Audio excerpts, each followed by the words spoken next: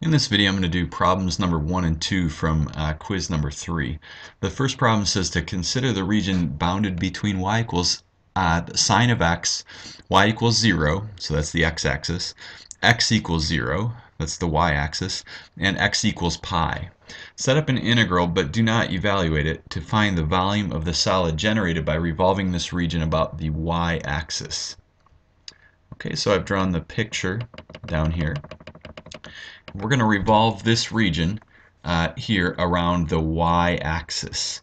Okay, now what we're going to use is shells, because if we take a look at a particular x value here and draw a rectangle that's associated with that, this rectangle, as it revolves around the y-axis, would become a cylindrical shell. If we were going around the x-axis, it would become a disk. Okay, but this is going to become a shell.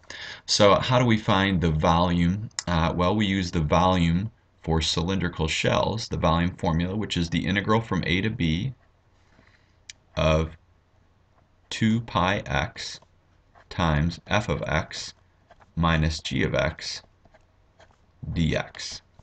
Okay, now this formula is for when you're bounded in between two functions f and g, and we really just have one function here that we could call f, but the bottom function g, we could think of it as just the zero function.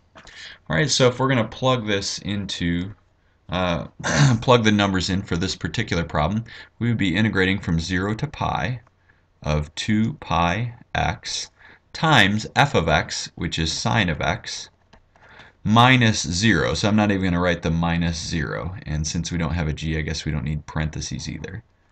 But this is the answer.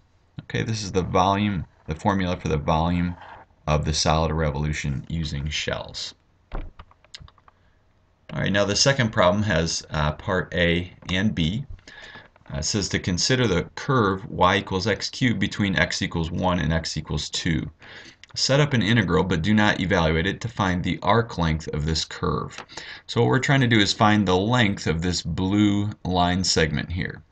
Okay, now we're between 1, 1 and 2, 8. The way I found those was just plugging in 1 and plugging in 2 for x and getting the y values. Okay, so what is the arc length? Well, let's recall here what the arc length formula was.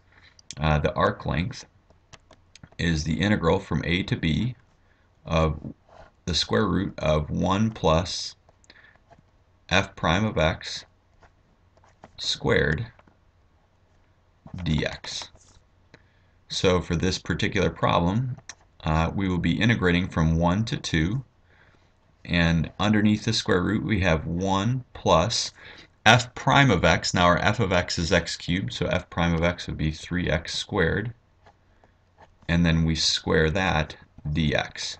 Now you could take it a step further if you wanted and write the part that's underneath the square root as 1 plus 9x to the fourth, but I'm okay if you just leave it like this. Okay, this is the integral for the arc length.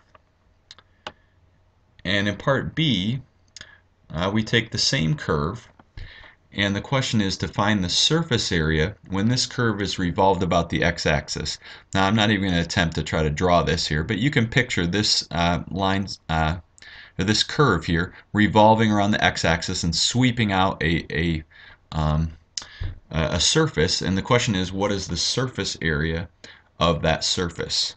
Okay, now let's remind ourselves the formula for surface area is it's equal to the integral from a to b of 2 pi, now not x, but 2 pi f of x times the square root of 1 plus f prime of x squared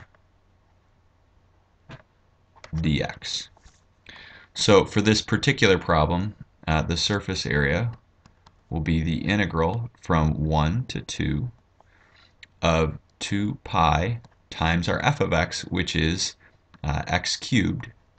Okay, so let's remind ourselves here, this is y equals x cubed times the square root of 1 plus f prime of x, that would be 3x squared dx. And this is the answer. Now it turns out this is an integral that we actually could figure out how to do it using a u substitution. If you multiplied out the inside here, this would be 1 plus 9x to the fourth. If you let that be u, then du would be, I guess, 36x cubed, and we do have an x cubed out here that we need. Okay, the 2 pi could come out front. So this is an integral that we actually could evaluate if we did a u substitution. Okay, but I just asked to set it up.